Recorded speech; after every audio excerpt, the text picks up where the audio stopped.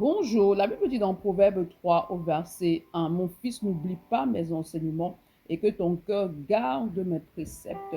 Donc, il est important que tu ne sois pas un auditeur oublieux de la parole de Dieu, c'est-à-dire ce genre de personnes qui écoutent la parole de Dieu lorsqu'ils sont à l'église, ils écoutent le pasteur prêcher, ils sont contents, ils reçoivent la parole. Mais lorsqu'ils sortent, en fait, ils oublient cette parole, ils ne mettent pas en pratique cette parole, ils ne vivent pas cette parole, ils ne gardent pas cette parole dans leur cœur. Lorsqu'on parle de garder les préceptes du Seigneur, en fait, dans ton cœur, cela veut dire, en fait, que tu dois vivre la parole que tu as reçue. Il ne suffit pas d'être enseigné, il ne suffit pas de t'asseoir et d'écouter des prédications, des enseignements de la parole, mais il est important que toutes les paroles que tu reçois qui viennent de Dieu, que tu les mettes en pratique. En fait, ces paroles-là doivent devenir vie pour toi, doivent prendre vie, en fait, en toi. Donc, lorsque tu écoutes un enseignement, le but est que cet enseignement puisse justement prendre vie, parce que la Bible dit que la parole de Dieu est vie et esprit, donc ça produit en toi la vie, ça te transforme, afin que tu puisses grandir dans la manifestation du caractère de la nature parfaite de Christ. Mais tu dois pour autant vivre, tu dois avoir un cœur désireux justement de te soumettre à la parole, tu dois avoir un cœur désireux